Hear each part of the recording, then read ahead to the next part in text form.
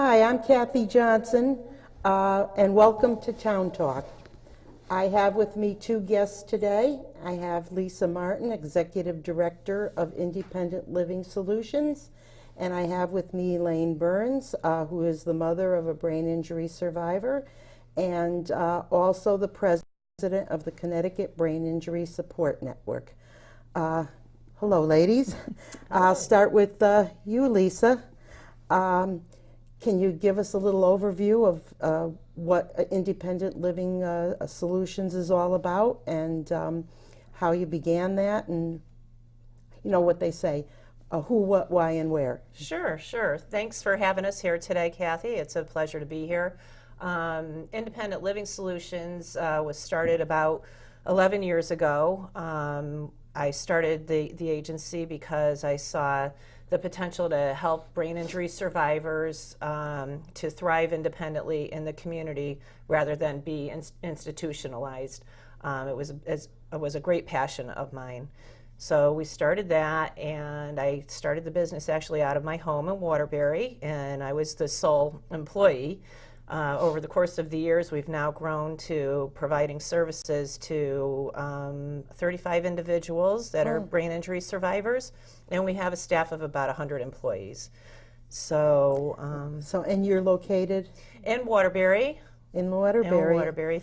I have to say that my son Robert is one of your clients, Yes, and we've been with. How long have the Johnson family been with you? Wow. Several years now. Yeah, it's probably at least 5 years. Right. At least 5 Good. years, yeah. I'm going to turn to Elaine and have her introduce herself and tell us a little bit about Connecticut Brain Injury Support Network, and of course we've got to have him on someday, your son Ryan. Everyone knows Ryan, and he's a joy. So there you go, Elaine. Thanks, Kathy. Thanks for having me on too. I appreciate it, and it's good to have Lisa here because she is a great supporter of our organization, Connecticut Brain Injury Support Network, which, as you know, Right. was formed by families and brain injury survivors and Yes. supporters like Lisa when we had a huge crisis a couple of years ago. That's right. And we reached out for help, and we couldn't really find much help. So we all said together, we have to do this. And so really from a very grassroots beginning, the organization will be, I can't believe it, 2 years old this Already. year. Already. Yeah, and it is now a 501c3 nonprofit doing great work across the state and direct advocacy with families and survivors and helping people who just desperately need it. Yes, Elaine, and I know that you took the bull by the horns and pulled this organization together. And I like the part where most people don't understand that you do have people that turn to you and say, I'm desperate. Because when you go through the formal organizations like DSS and other organizations, you don't always get the hands-on help you really expected. So I don't know if you want to touch a little bit about that part of it, where people actually have reached out to you and you've done the work to try to get them what they need. It's a hard job. It is. It's a very hard job, but people do find us, and we've got a great website, you know, with some information on it. But the way most people find us seems to be through a doctor, through a referral, through a family member who's heard about what we're doing. I mean, the brain injury community is probably not too large. I think before our organization was formed, they were not as well connected. Right. And now we've found each other. So we have a lot of families and survivors who have found each other, have come together through our organization and through the outreach that we do. So when they hear of people who are having trouble, they tell them to call us now. And they do that because we have successfully literally saved people's lives through our efforts. And there's not much better than that. And you and I know all too well how hard it is when you're suddenly faced with a child, in your case, your son, and same thing in my case. Yes. And you look around and you say, well, welcome to the world of brain injury. First you wonder if they're going to live. Yes. And then when you hope and pray they do live, then you wonder what is going to happen to them in their life. Right. That's right. And then what I can add to this so that our listening audience understands this, I was comfortable like you were, and you know this because you work with people with brain injury. The rest of the world doesn't know about these things. They go through their life saying, well, if somebody gets injured, there's always that we have great health care, we have great this, we have great that. Oh, just wait and see what happens. Wonderful health care in this country if you break a leg or you need an operation. You have a crisis like an acquired brain injury.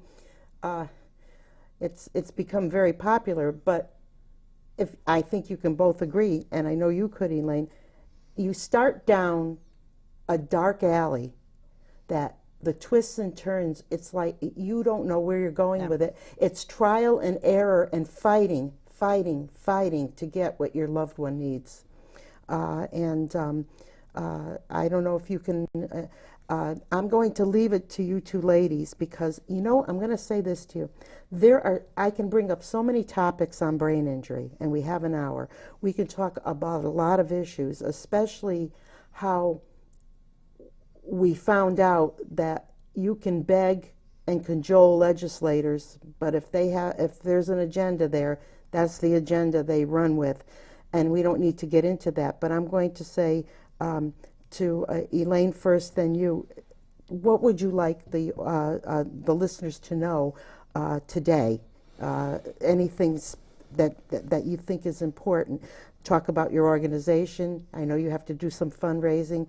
I know, Lisa, from your point of view, I'd like to know how you as a provider have to cope with what you're working with. So, okay, there you go. Sure. Well, I think the easiest way to put it is when my son was injured, which was back in 1997, a terrible accident. He fell from a fifth-story window. You can only imagine what the prognosis was. Of course, it was death or a vegetative state. Right. But I, like you, never gave up hope. And indeed, he is not a vegetable. And he is not. A very energetic, yes, engaging 36-year-old at this point. He was 18 when he was injured. But what I remember doing as we got into the really scary days when he was able to come home, but we needed tremendous help. We needed therapy. We needed physical, not just physical therapy, but he has a brain injury, which is a very different thing, and we had no information. What is a brain injury? How does it impact somebody? And the doctors always said to us, he'll be different. And I used to wonder, what does that mean, different? How will he be different? Well, as we were in the throes of finding out what that meant and how difficult his life was and ours, I began the process of trying to find help. Right. And literally that took a monumental effort of probably being on the telephone, reaching out, networking, begging, pleading, crying for help and services on a daily basis for literally almost a full year. Yes. And he went into crises after crises, re-hospitalized, we went into crises. And when I finally got through with that full year, I had great experience about how to help not only him, but other people. And so some of that and just my relentless, I won't give up if someone needs help, as well as... That's how we mothers are, aren't we? That's how we mothers are, as well as the network of great professionals and volunteers that our organization now has. That's pretty much what we still do. And it amazes me that it still takes that much effort to get help and support when someone is in such critical need of it. Yes, and that would dovetail off to Lisa here, who that's another thing. You shop around for a provider. You shop around where they're going to work with your son. You know, not every place wants to work in certain ways and all. I found Lisa, and my son is with Lisa, and I'd like to know a little bit about it's important because not every group fits all, but I'd like to know your philosophy and about how you deal with brain injury survivors. Well, my philosophy has always been, to try to encourage people to be as independent as possible, and for whatever that means, whether it's that they can bathe on their own or that they get a job. Some people aren't appropriate for necessarily paid employment in a public setting, so we make accommodations for different individuals that perhaps aren't ready to go into the community. We do a lot of pre-vocational training. So that's just, sometimes it's as simple as trying to get somebody organized enough to get up at the same time every day, get dressed in appropriate clothing, and get out the door at a regular time, so that it builds on a routine to get them employed in the community. Working with families is always interesting and a challenge. It's great, but the families are, I in my mind, I see that they've gone through, I think, post-traumatic stress disorder, because Oh, yes. when you have a loved one that's in a car accident or whatever it is, you're just not prepared for that. No. And I want to go home and bubble wrap my kids every time I talk to survivors. But it is interesting, and what's great about this organization is that now there's a support network for families. I mean, there's always been support networks, but it's nice to have somebody to go to, like Elaine. I can refer some of my families to them and say, Yes. you know what, they're having a hard time, struggling. It's a newer brain injury. They need help. They need support that they're just not getting from DSS or whatever, the other organizations are. Well, Lisa, it's funny you said that, because if I had had an Elaine when my son got hurt, it wouldn't have taken me half as long, years, to negotiate and navigate my way through all the heartaches that go along. Not just the heartache of the whole process, but then to find help. Right. And I mean, I can tell you this, and I certainly, it's hard for me to do a program like this without saying a little something about myself, but I'm the hostess here. But I want the audience to know that when Robert was hurt, and we breathed a sigh of relief when Gaylord visited him at Bridgeport Hospital and said, oh yes, we'll take him. Well, we had heard a lot about Gaylord, wonderful institution, wonderful place. And it was like, oh, the clouds parted, the sun came through, and we said, Robert is going to get the best help ever. Mm-hmm. Well, the rude awakening was that the very first interview there, while Robert was still upstairs getting examined by who was going to be his doctor, the physician's assistant said if he doesn't progress at a certain amount of rate, he can't stay. I said, what's his hope? We don't know. We can't guarantee anything. So that really pulls the rug out from under you. If he doesn't progress, he has to leave, go to convalescent home, and the other one is we can't tell you. We have no idea.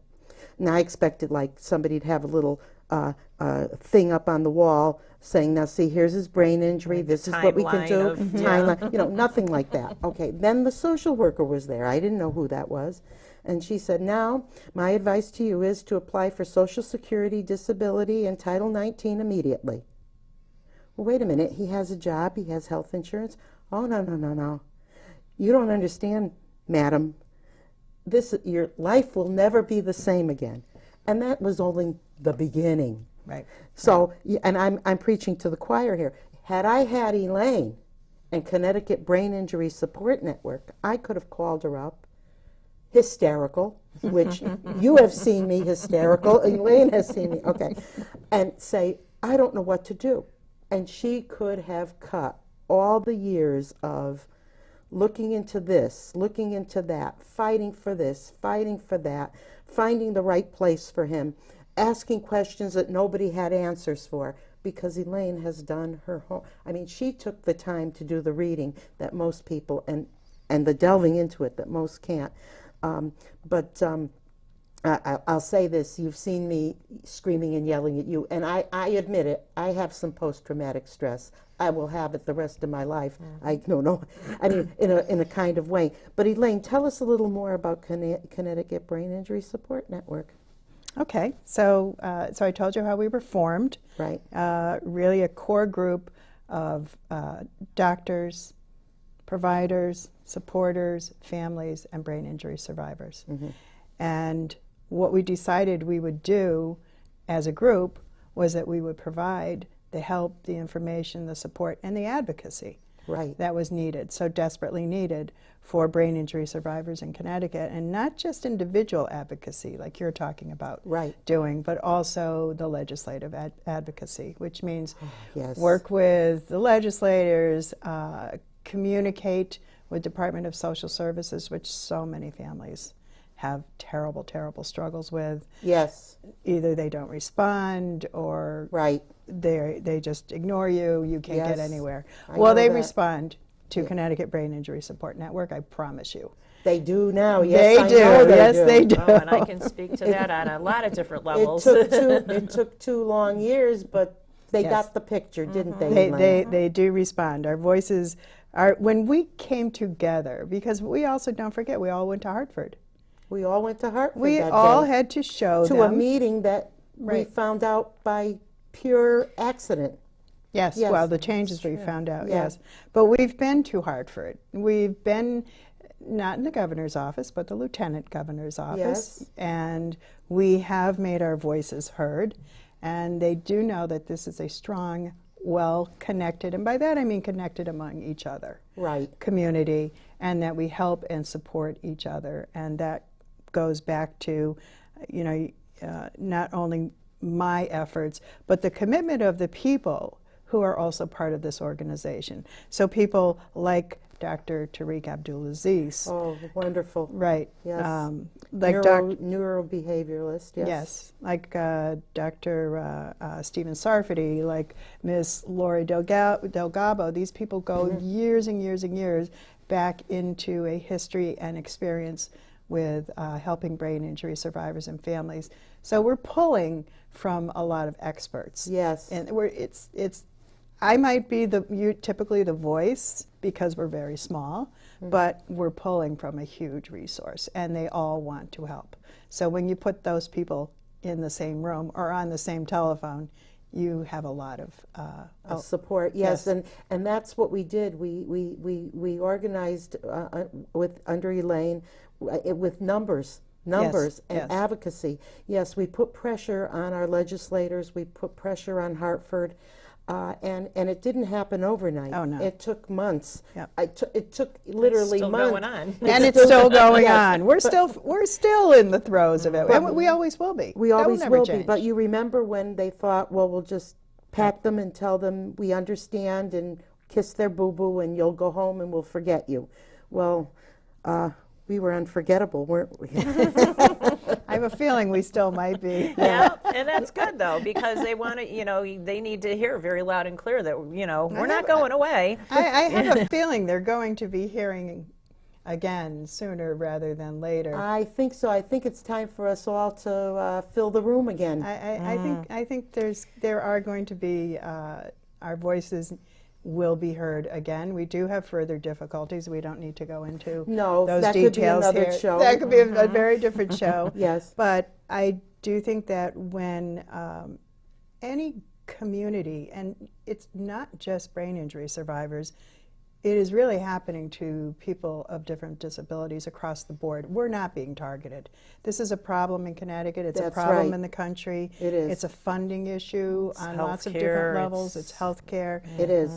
But when it's your issue, When it's your issue. and when all families I know do this, when it's for their child, and when it's for people that you just are so beloved of, because I just love our brain injury survivors. That's right. They are unique. They are unique people. Very interesting And people. not to forget that one day they were just like we are sitting here.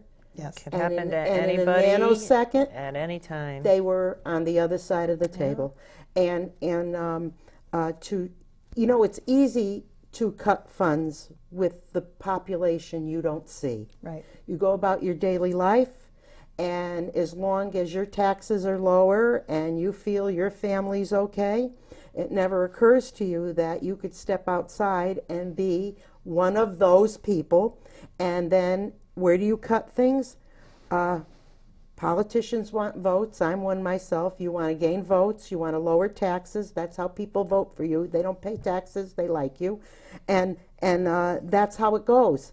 And if they don't see the surplus population, if it's out of sight, out of mind, they don't realize that all these programs that these human beings have used to have a life, a quality of life, are being chipped away consistently. And I think it's the common thread that runs through every problem we've had in the United States. You see Baltimore, you see this. There's a common thread here. There's I think a shadow type of government, or whatever you want to call it, that gives the marching orders of where the money's going to be spent, how it's going to be spent, and to whose benefit. And this is what we fight. We chip away. We win one little battle. We lose two. We win.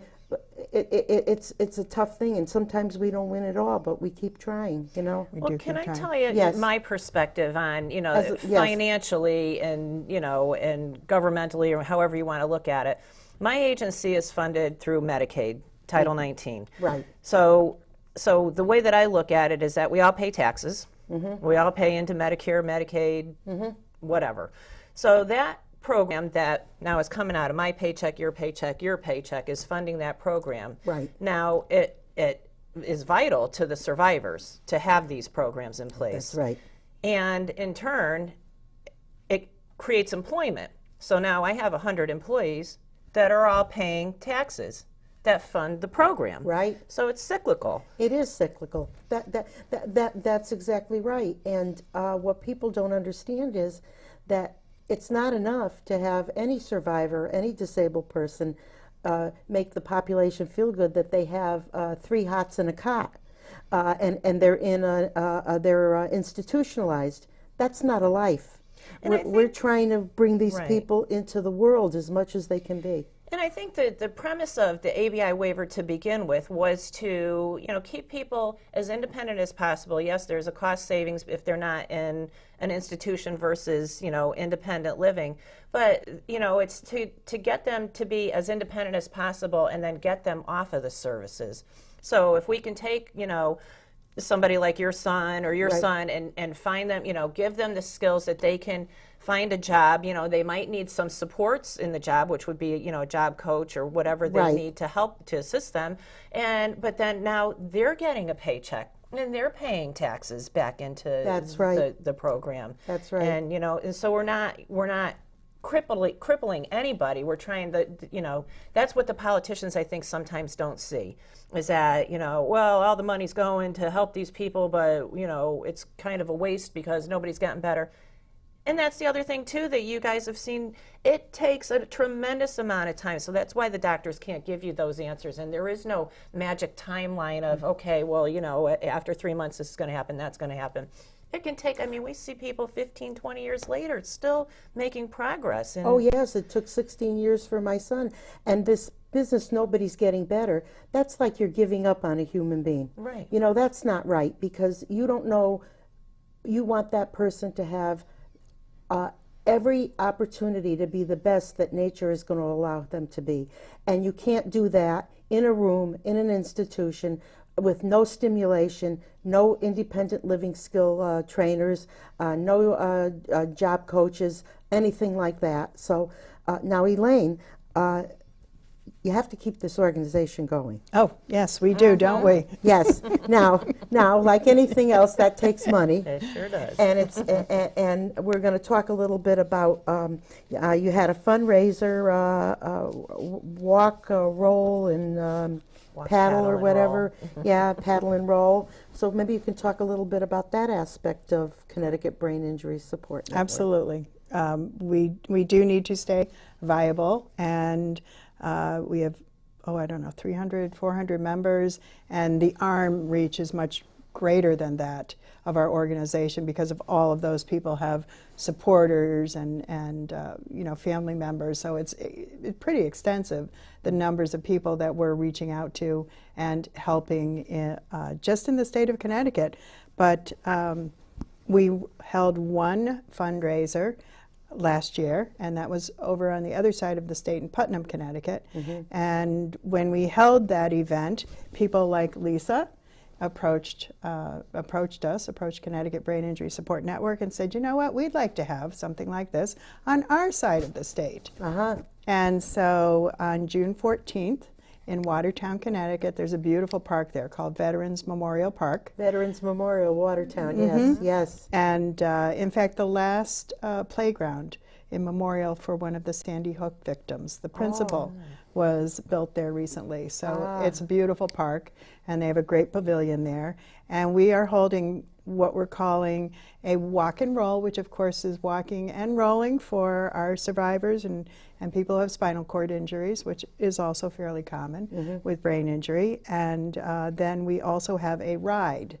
So Connecticut has a number of motorcycle clubs that are very respectful and law-abiding, and they are very much involved in raising awareness, because a lot of these accidents do happen when people in cars are not paying attention. Right, to the motorcycles. You don't see them. You don't see them. You don't see them.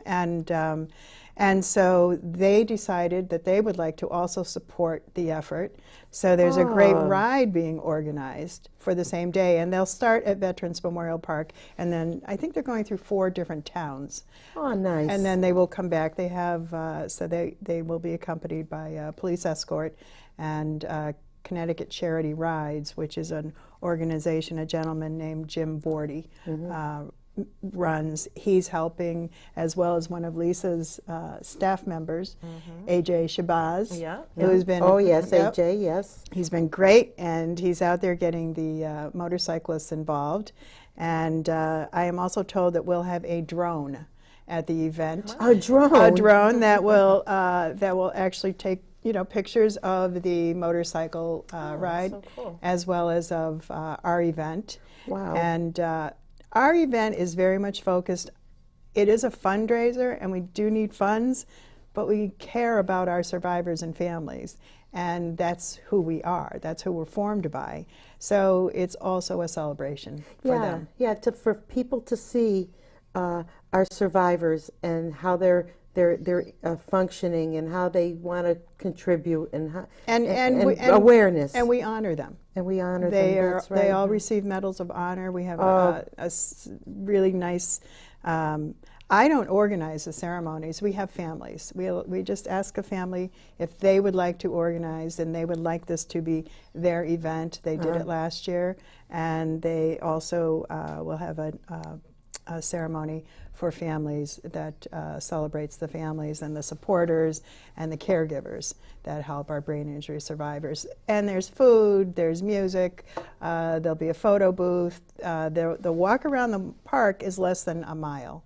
We will do that walk. It's all paved, great. Nice. So we will have the walk and have some fun and some games and activities, and just a day of celebration for our survivors. Now, I'm sure there's you'll be up on you'll have a website on your website. It's on our website. It's on your website, and how can people get to your website? So our name is Connecticut Brain Injury Support Network, so it's CTBISN, CTBISN, CTBISN.org. And if you go to that website, just www.ctbisn.org, there is a page there. It says the Walk, Roll, and Ride. And you can do a number of things. You can sign up right there online. Right. Those links are provided. You can download registration forms if you'd like to and mail them in.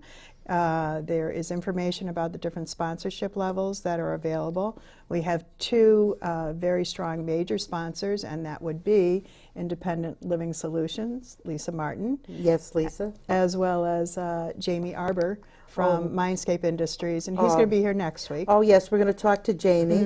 I'm looking forward to that, yes. So not only do these people provide services, but they put their money where their mouths are. And they're supporting families and survivors. So they want what's best. To me, it proved that they want what's best for families and survivors, because they're sponsoring an organization that is helping families do what's Yes, best. it is, and I know that the last one you had, Robert participated, and I'm sure that he'll participate this time. I'm sure he will. He will. We'll do that, and it is a fun day and all, and so if there are other organizations and other people like that own like maybe gift shops or any kind of thing, construction, anything, they can have a table there. Yes, what we do for the major sponsors, and I did call the owner of one of the major sponsors of the event from last year. Yes. And I will mention his name because they did sponsor us last They year. did, they And we're did. asking that they, instead You're of gonna ask sponsoring again? Putnam, All right, would they that's like good. to sponsor Watertown, and that was Haynes Construction. Haynes Construction, yes. So we very much appreciate that. We were a little too far away last year for them to really have a table and a banner. Right. But this year they should come to the one in Watertown because It's close. It's close, and they will have their own banner. They can hand out their own literature.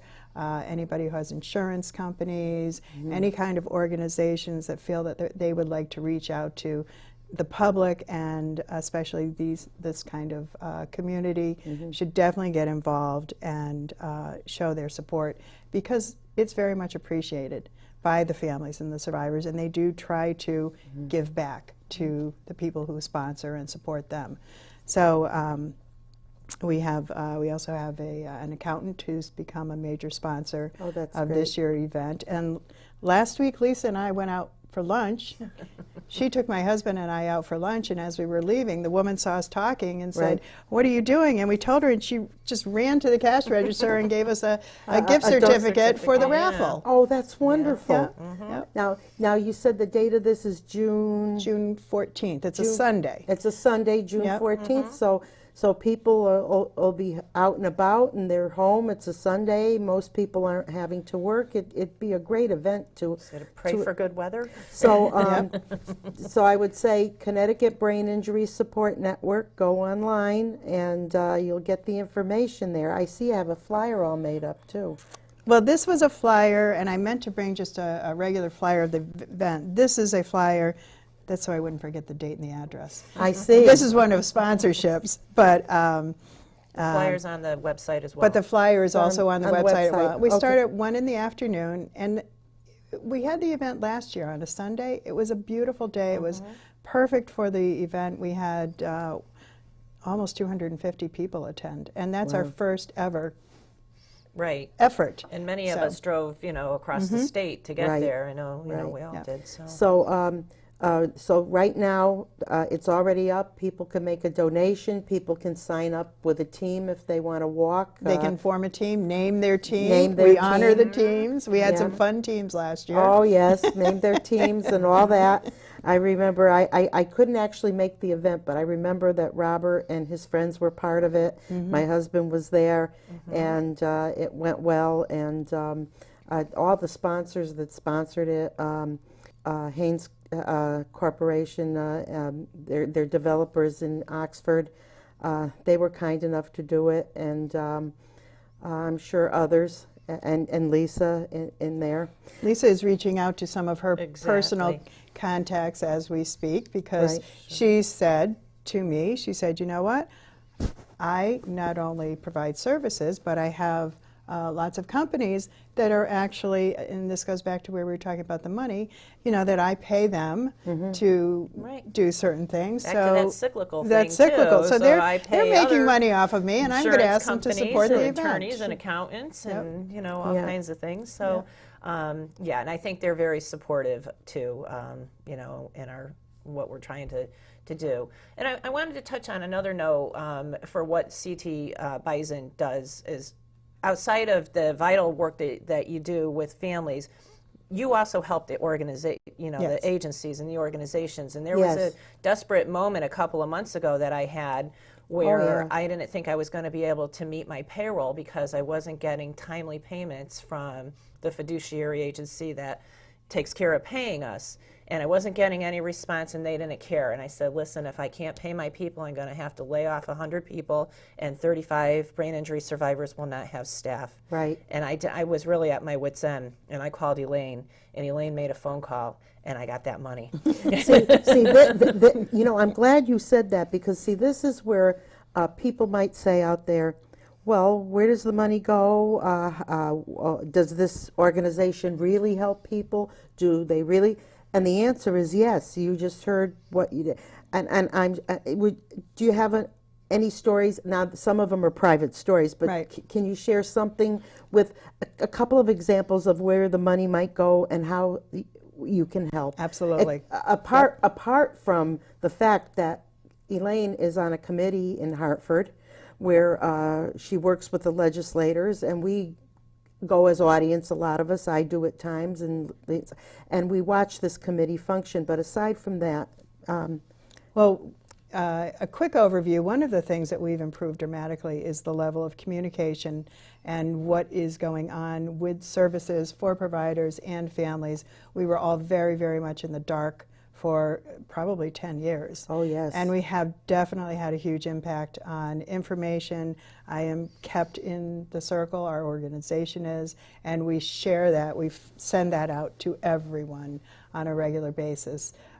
Some of those changes are scary, we know. oh yes, But the other thing that we do, I'll give you an example. Someone called me, a family member who was given my name, I think by one of the doctors in the state.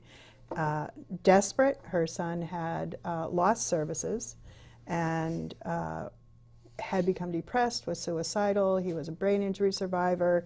It was literally the day before Christmas. Oh. And she didn't realize it, but she got us all of her information. I shared it with a couple of our resources. We all reviewed it. We realized that was the deadline. She had until that very day to appeal the change in services. Oh, no. So the day before Christmas, and don't forget the mail ends at noon. Oh, yes. I was on the phone with her in one hand and the phone with other people in the other hand, dictating to her, telling her what to write, what to do. Then she had to run around to find a post office that was still open, get the post date done, send it in. We took a break for Christmas, and the day after Christmas, I started connecting with people in the state who could and should be responding to her and had already told her no. And within 2 weeks, we had services restored for that survivor. You see, this is, and this is the heartbreak of it all. When you're suffering through the injury and worrying what's going to happen to your loved one, in a lot of cases, mothers with their sons, fathers with their sons and daughters, and all our children, how can you keep your wits Right. when you hit a dead end, a brick wall? I mean, even the calmest person can lose it.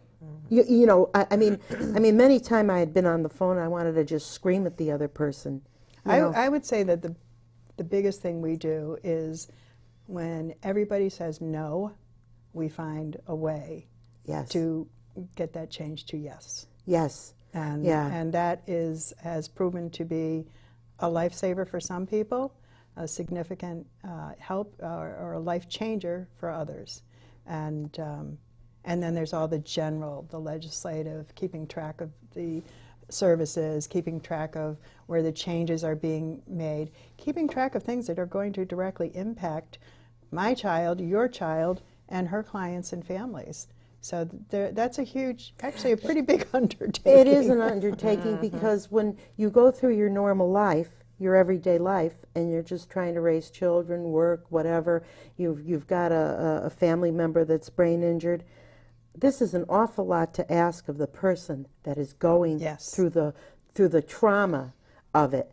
To be able to turn to someone like you, Elaine, who will say, here, I have a little scooter for you to ride on. You don't have to walk that road cripple. I'm going to give you a little car, and you're going to come with me. I'm here. It's like a breath of a sigh of relief that there is an advocate out there Absolutely. that truly knows how to navigate it.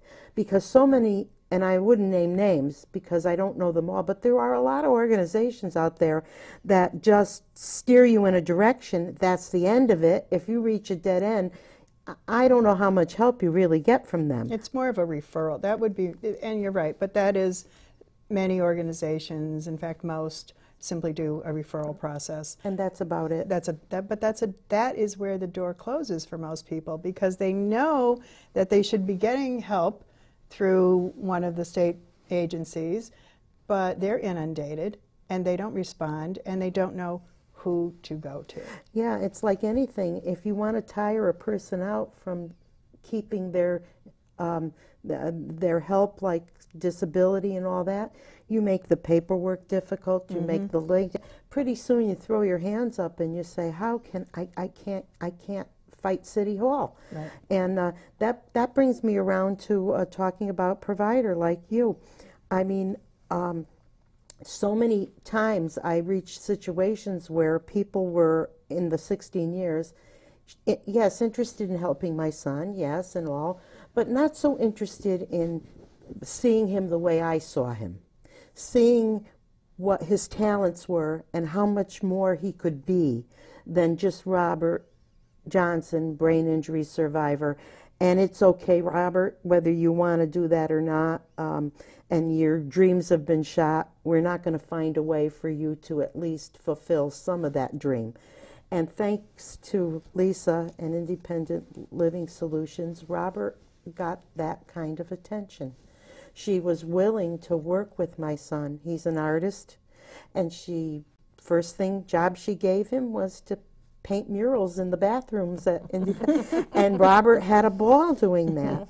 And we went on from there. Robert shows artwork in New York.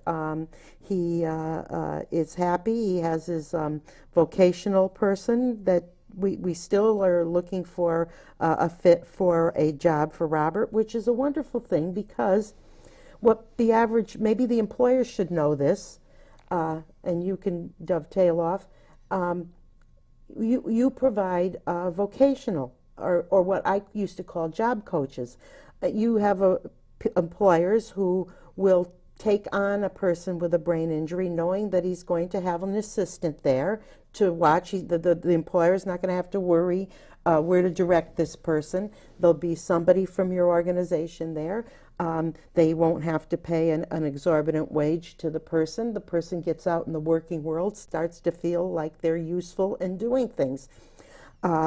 There's always a danger that this scenario might not work. Now, we're not going to get into this today, but a little red flag went up just yesterday by people in the know who say that the Department of Social Services is interpreting the vocational part of this in a different way than Medicaid and Medicare on the federal level are. And I'm not going to make it complicated, but the streamline is the federal government is saying you keep working with that client until they find a way where they can work into the community, and every so often the team meets and they decide that yes, we're moving forward and we should go this direction, that direction, and it builds. I am understanding that DSS right now in the state of Connecticut is interpreting this, that the client has 2 years, that's it, it's all done, over. Now, that's not how brain injury works, and we all know this. And this is another way to save money. Now, And that's a scary change. And that's a scary change. Yes. We just found this out. Elaine's known about it, and I just found it out last night, and I'm sure you've heard about it. Now, every time we think that we're making a headway, they float another disaster. And how I see it as a politician is that it's like any lawyer. You can get our Attorney General to interpret what Medicare and Medicaid is saying in any way you want to interpret it, as long as it saves you money. Well, I don't want to interpret it that way. You know, I mean, I'm sure that we're going to have to fight that one now, possibly. Absolutely. Possibly. It's the difference between the pre-vocational training and the supported employment training. Right. So pre-vocational is just that. You're in training, gearing up to work in a gainful employed position. Supported employment is that, where you go into a job.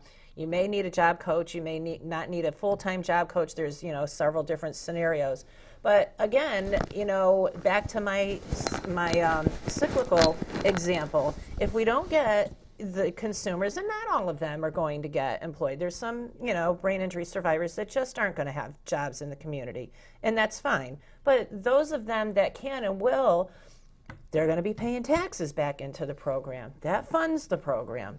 So if the politicians or whoever's, interpreting these, whatever the rules are, look at it from that point of view, I think it makes a lot of sense. It does to me, and I'm not a politician.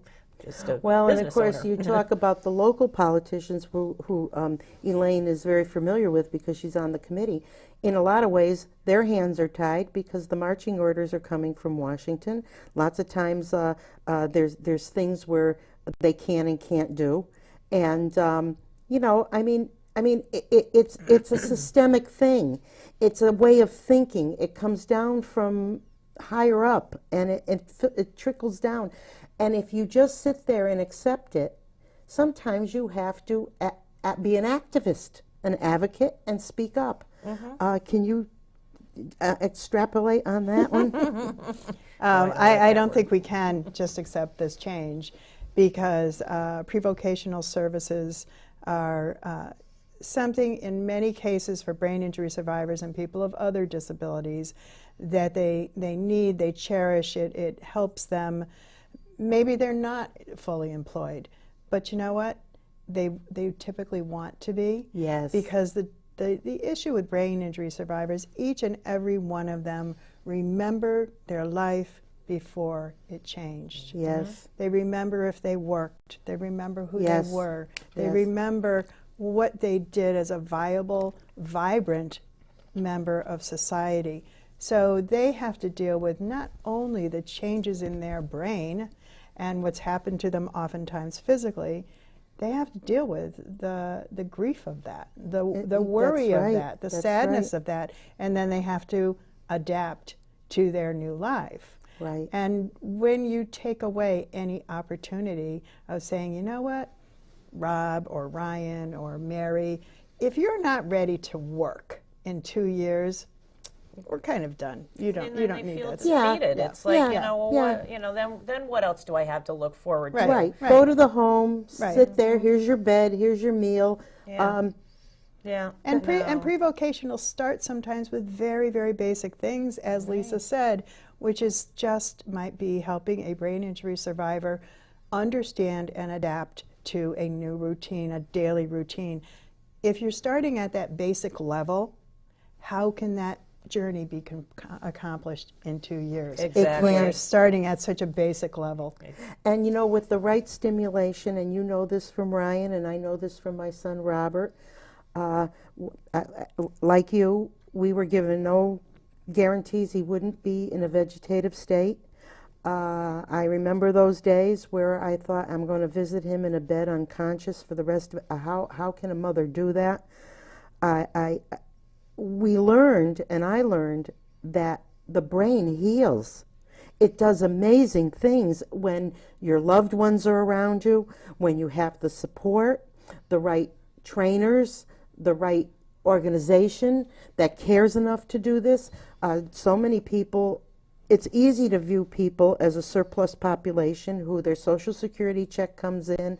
I take the check, I feed them, I give them a bed, and that's where it ends. Right. Well, and it's important too for people to realize that you as parents that are advocating for your kids now, you can't do that forever. You're not going to be here forever. And No. I know that you both have that very valid fear about Oh, what's it's a going to fear happen to all the my time. loved one when I'm gone. And now, you've entrusted, providers, and we do our very best, but we can only do the best that we can do without all this other legislative action and, funding cuts and all of that. And there's so many other things that we can go on and on and on about, like they want to raise the minimum wage to $15 an hour, but the funding to the program is getting cut. So how am I supposed to make ends meet? Well, that's right. That's right. I mean, you do your best as a provider, and honestly, that's a vocation in itself to want to take on that kind of responsibility. That's right. We have probably about 5 more minutes of talking about this. Is there something, Elaine, more that you want people to know? Do you want to talk about anything that's going on in Hartford? I know we have one more committee meeting. You don't have to go there if you don't want to, but you don't want me to go there. We won't name names. Suffice to say that there are legislators that want to truly, in their hearts, work with us. There are others that I guess they've been there a long time and they I don't know. I won't explain it. But we're looking to see. I want to say just a little something about the committee that you're on, and that was formed. And I think we have probably one more meeting coming up at least. Yes. We're legislatively and via the bill that was written, we are mandated to have one more meeting. The very first meeting was I was excited. We were told we were going to work together, all the committee members. We were going to set the agendas. The co-chairs seemed very optimistic that we would pick up on some really significant issues and work together, which is desperately needed in the state of Connecticut. Yes. This committee that was formed is desperately needed. By the second meeting, we were informed that was no longer the case. We were very limited in our capacity of what we could discuss. We could not even discuss the issues that you and I deal with directly. Right. By the Acquired Brain Injury Waiver 1, and that it was going to be a very controlled discussion. Our in-depth questioning of people from Department of Social Services became more limited, and I don't see that there is an open, valid discussion currently being had. And unfortunately, at the last committee meeting, one of the legislators interpreted something, I think, maybe a bit more personally than was meant, and the meeting was abruptly adjourned. So we have not been able to get anywhere, and we need to. And I do think that's where families and survivors and providers' voices will be heard loudly and strongly. Yes, and we will be there out in force the way we were the first time. Mm-hmm. And it is very unfortunate that when you look around this world that there are things that fester and fester and fester, and you feel helpless over. And then when people blow up, they pay attention, and then they stop paying attention. They have their own agendas. There are some of us, like Elaine and I, that we're brave. We're brave. Thank God. I mean, we're brave. I mean, the average person wouldn't get up and push as hard. Or I'm not going to put Elaine in the category I'm in because I go a step further. I'm actually an activist. How I can be a politician, an advocate, and an activist all at the same time, it's like oil and water. But I am, and I'm not afraid. But we're going to stand together because this is all they understand is when you stand together. And even then, you make such small, tiny steps. And I was there that day that the comment that was made was misunderstood. And my opinion, and I don't have to say I'm not on the committee, my opinion is that the meeting was ended on purpose. There was no need to. I've chaired many a meeting in my time as chair of the Democrats and as first selectman in the town of Oxford. And I can tell you now, a good chair can pull the meeting back together again. And that's all I'll say on that subject. But you know what? The room was fairly empty that day. The next time we meet, the room will be full. It will. And that's great. So now I'm told I have 2 minutes, which still gives us about 4 or 5, but 2 minutes. So I want to tell everybody, Lisa, if there's someone that is looking for a provider for their loved one, they're not happy with where they're at, and I can highly recommend independent living solutions because my son's been there for quite a number of years, and it takes a lot to make me happy, and I've been happy a very long time with you. So how can they reach you, and where are you? Well, we're located in Waterbury, Connecticut, 345 Meriden Road. It's in the east end of Waterbury. The phone number is 203-757-5890, or you can reach me anytime on my cell phone, which is 203-525-5468.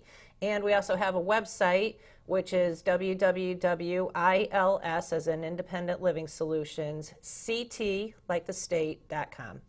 Thank you. So I'm going to say it again for Lisa. Lisa Martin, Independent Living Solutions, Waterbury, and you can find it online, and you can. We also have a link on through Elaine's website as well. That's right. If you go to Elaine's website, which she'll tell you about, you'll see something about the other providers on there too.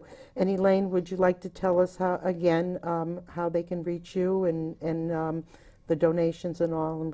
Sure, absolutely. Go to CTBISN, which is for Connecticut Brain Injury Support Network, .org, and there are links on there, yes, to Lisa's organization and to another organization, which is they're great supporters, as I said, of survivors and families.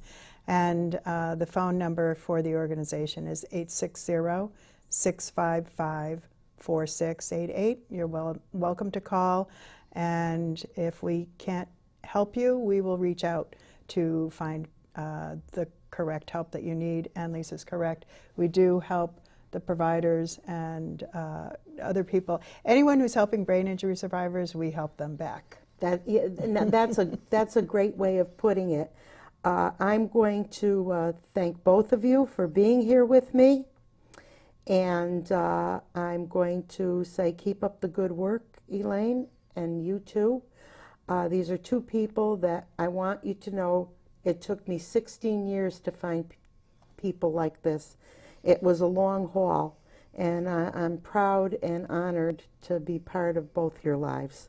And so happy you're part of my son's life. And we, Elaine, will have Ryan and we will have Robert on together, and we two mothers will sit here and enjoy watching these two young Now men. that should be one of your best shows. That's exactly right. You might sell tickets to that. So I'm going to sign off, and I'm going to say have a good evening and a better tomorrow.